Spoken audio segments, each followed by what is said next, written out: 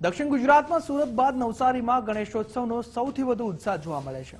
શહેરમાં 12,000થી વધુ ગણેશ મૂર્તિઓની સ્થાપના થાય છે।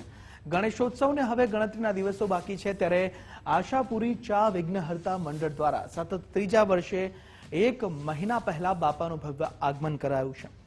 ખાસ વાત એ છે કે ગણેશજી સાથે ભગવાન જગન્નાથજીનું દિવ્ય સ્વરૂપ પણ કંડારાયું છે। શહેરના પ્રથમ આગમનને લઈ રવિવારે મોટી સંખ્યામાં ભક્તો દર્શન માટે ઉમટ્યા હતા। નવસારીમાં ગણેશોત્સવ દરમિયાન ભક્તિ સાથે કરોડો રૂપિયાનો વેપાર થાય છે, જેના કારણે મૂર્તિકારો, મંડપ સર્વિસ, લાઇટિંગ અને નાના વેપારીઓને રોજગારી મળે છે। 45 વર્ષથી ગણેશોત્સવ ઉભી રહ્યા હતા। આ 46 વર્ષનો અમારો મંગળ પ્રવેશ છે।